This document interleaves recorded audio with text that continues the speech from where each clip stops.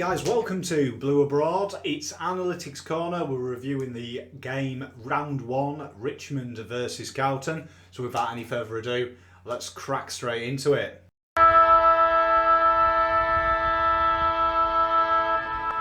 So, I mean, it was a tough game, and really, I think the title says it all. It was a tale of two halves. I think when you look at our first half, there was a real lack of intensity. It was almost like the game didn't really start for Carlton till after half time. I think as the highlights are rolling now, you see that there was not really that intent. There was no mongrel about us. We kind of really, at the start of the show, I did talk about how you beat Richmond. There is a game plan that has been formulated by 8 or 9 sides who have successfully beaten Richmond of how to combat it. They are going to concede disposals. They are going to allow you to win out the centre contest. And that their game plan relies on you doing that. The game plan relies on you kicking aimlessly inside 50. I thought our kicking inside 50 was horrendous at times. There was a lack of tackles throughout. It was amazing at half time. There was 12 players without a tackle, which for me, against Richmond, it's commonplace. You have to put pressure on the ball. You can't allow them to have the easy ball on the outside. You can't allow them to get it away from congestion and running numbers unaided, unhindered. There was a lot of times as well where players were just absolutely loose and just running rapid in the forward line. Particularly Liam Jones, he suffered. Rewalt found a lot of space on Jones. He tightened up in the second, but by which stage there was already goals galore from Rewalt. And you know what Rewalt's like. Once he kicks a goal, he kind of gets into the game quite early, and he had one, unfortunately, early doors, caused trouble.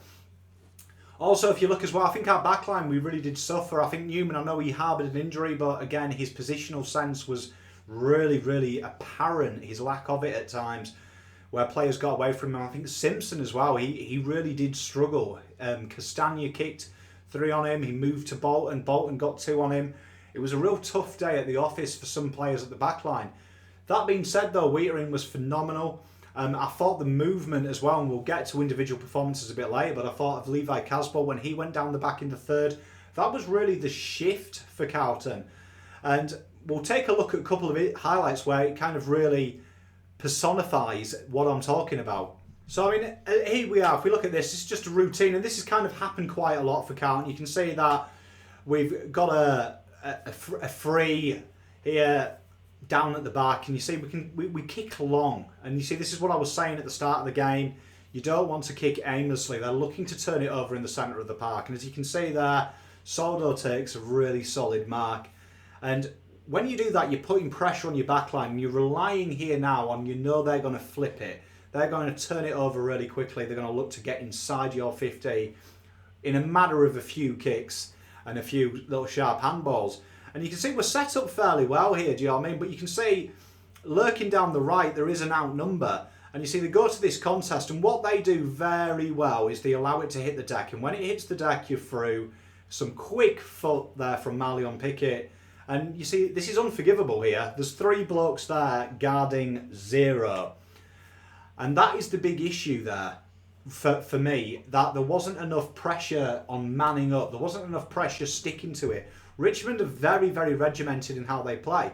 And then it was after the second half, this changed. And if we can see here, big intent to get the ball. SPS, great tackle, gets the turn, gets the holding the ball call. And you can see this is brilliant here now. Carlton are looking to play it. And you can see SPS gives it away to Newman. Newman, look, finds space. Wonderful there. You see, that's what Carlton need to do more of. And Jack Martin, again, running into space, pulls the kick right on the square, and Carlton are actively looking for space. And you can see that there was created by pure pressure from Carlton. There was a willingness, there was a hunger to get the ball in the second half.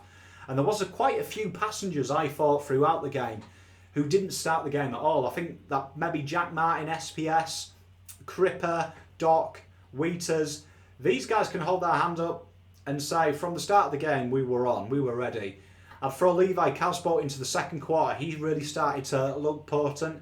But for me, when you haven't switched on round 1 at Thursday, opening the game at the G, I think we've got some issues. And for me, that is a big issue.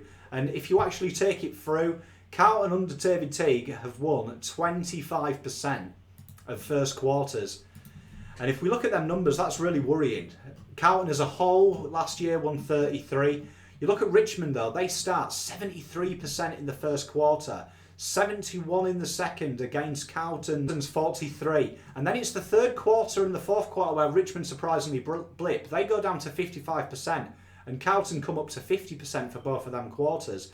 And for me, there it is. Richmond always have a blip. We talked about it pre-game. It's the third quarter, and it's not a blip because they're putting their foot off the gas. It's because usually by that stage they're controlling the game.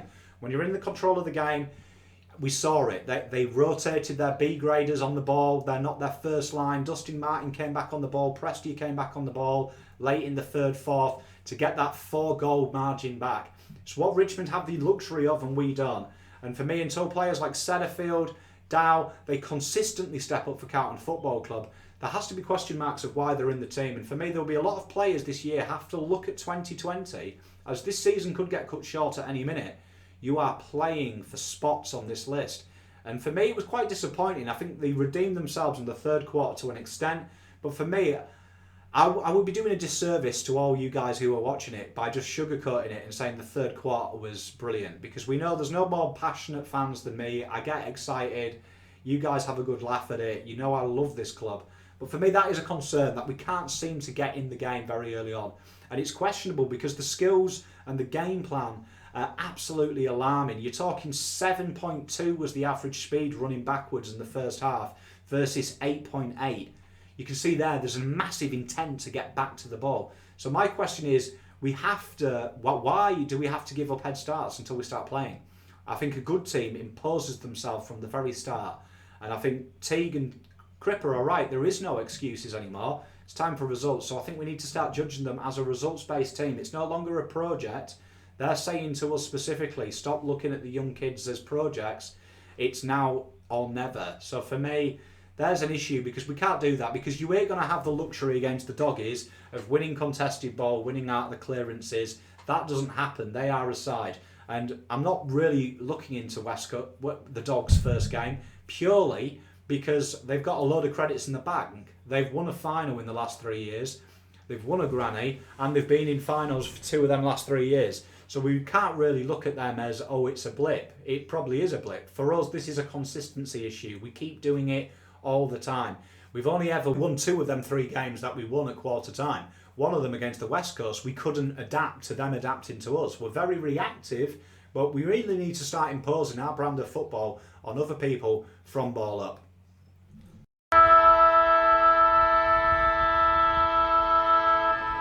So tackle pressure.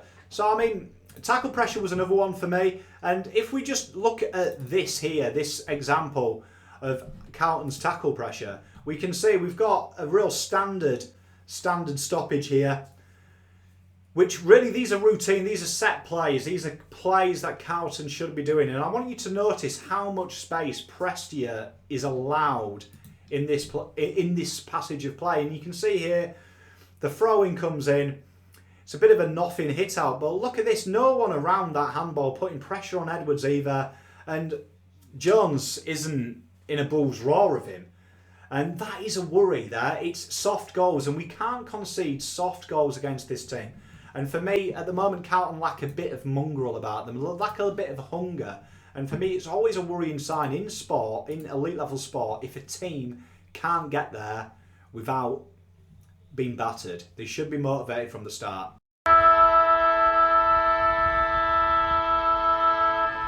Positives then. So let's have a look at some of the positives we picked out then. So we're going to just cover briefly 5. So let's go through some players then. Just a bog standard Cripper game for me. 31 touches, 65% disposal efficiency, 2 tackles, 3 marks. For me, Cripper did what he had to do.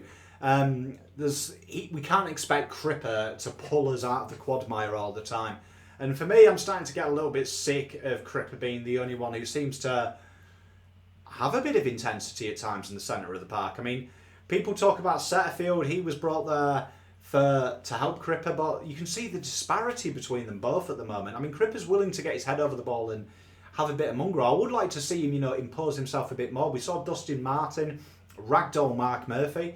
But I mean, Mark Murphy has put his head over the footy a lot of times for Carlton Football Club, and I think we forget that. He was probably our staple when we were horrendous and getting battered. He, week in, week out, I have no questions about his commitment.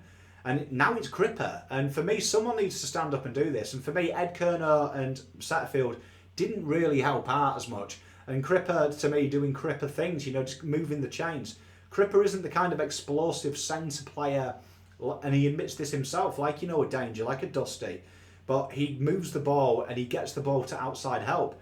And for me, that wasn't there for him as well. But I thought it was a stellar game from Cripper. I think, like, this little breakaway here as it plays now, I think it shows, you know, that's what Cripper does. He looks to take the game on at every opportunity. And it was just a captain's performance from Cripper. He never lets you down. Sam Doherty was another positive for me. 26 touches, 69%, 1 tackle, 7 marks. And as you see this highlight here, this is Sam Doherty at his best. He gets the ball, he takes it on, he uses it well, and he sets you up. I mean, it's a transitional league, it's a metres gained league, and this is what he is good at. This is, you're talking, when Carlton play well, this is the best that we've got. This is what we've got. This is the biggest key to our arsenal. It's great to see him back. He was a bit shoddy at the start, but once he warmed up, he's a fearsome player for me, and a wonderful, wonderful servant of this football club, and he will be for a long time. Jackie Martin, what a footballer, eh? I mean, 17 marks, 77 disposal, 17 marks, 77 disposal efficiency, 1 tackle, 6 marks, 4.1 goals. And I mean, this guy is something else. And if you look at this footage here, I mean, this is what excites me about Jack Martin, is his awareness. He's got great game sense. And you can see here, it was a wonderful little passage of play here. And he just finds space. You can see it hits the deck. And look at this, little turn of pace. Get out of the way, absolute snag of the day. That I enjoyed that profusely. Real footballer we've got there. And when you think you throw McKay into this forward line, you throw Betts, there's a positive to be had there for Carlton. He's a wonderful footballer. Jacob Wheatering, for me, did a number on the best full forward in the competition. 12 touches, 83 disposals. That's a hidden part of his game. He uses it well. He gets your marks, he gets your stoppages, and he uses it onto players. 2 tackles, 3 marks. And as you can see here, I thought this was just a showcase of what Jacob Wheatering did. And if we look here, I think this is what Jacob Wheatering does really well. And you can see this is quite a few times that when they did win centre clearances, they bombed it in. And look at this body work here. He's working so hard, gets his hands clean, takes the mark. And that was important there, because you see, that could have been 50-13 if he hadn't taken that mark. Right at the end, it's the fact he's willing to see the game out. He's willing to play to that final siren. There's no shortcuts taken with Jacob. He's really becoming a man mountain down the back. Absolute beast of a player. Super impressed with his game. And you see, this is what worries me. We're talking about Martin's had 4 and 1. Jacob Wheatering has stopped their full forward kicking any goals. You should be winning when you've got this start. And for me, that is a forgotten start.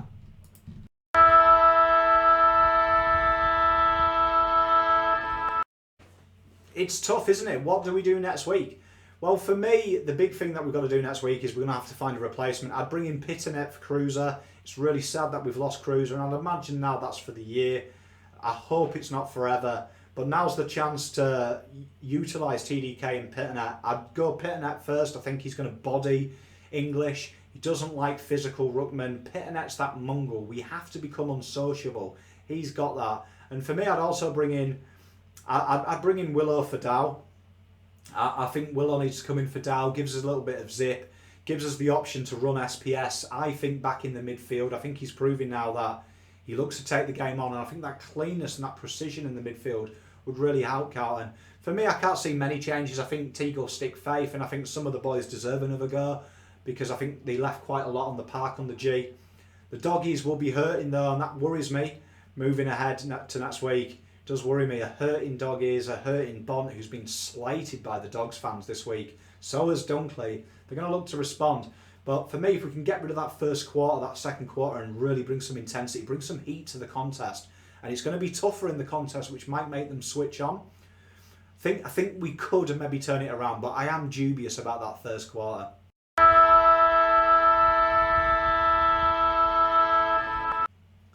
So let's look at my favourite part of the game yesterday. And I thought that this was a wonderful passage of play from the boys. And you can see this is what I want to see. I want to see intent. And you can see here that there is players chasing their man. As Richmond play their keep ball football in the third, they're trying to slow the game down. And you can see that there, brilliant charge down. And look at this there. There's the intent from Gibbons. There's an outside run. I said we need people to run with. Cripper, weighted ball. And McGovern's looking for people. People are running ahead. Look, he could have kicked that anywhere. Martin could have kept on going. For me, that is so important. It's the looking around. It's the running to space. Attack grass, not the player, not the ball. Attack space.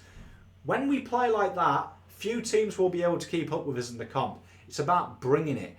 And for me, I truly believe we are a top 10 side if we play like that. But what we've got to do is we've got to impose ourselves on teams. And we can't accept this excuse of, oh, we played well, we fought back. Because fight backs aren't going to win you games.